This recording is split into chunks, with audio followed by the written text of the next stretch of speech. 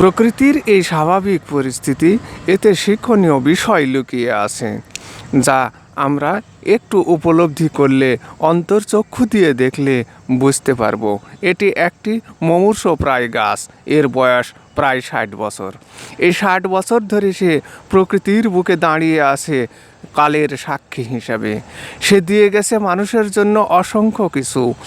পাখালি খেয়েছে এর ফল ফলাদি, আবার মানুষ খেয়েছে তার ফল। আবার মৃত্যুর পূর্ব পর্যন্ত সে দাঁড়িয়ে আছে একটা কাণ্ডকে কেন্দ্র করে। এই কাণ্ডর ভিতর থেকে তার কাঠ উপহার দিয়ে যাবে মানুষের কাজের জন্য।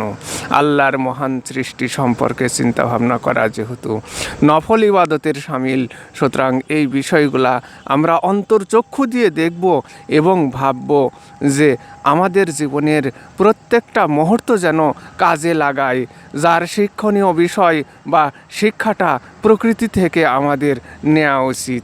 এই গাছটার আত্মজীবনী সম্পর্কে আমরা পরবর্তী ভিডিওতে তুলে ধরব। তাই আজ এ পর্যন্তই। ধন্যবাদ। আবার দেখা হবে।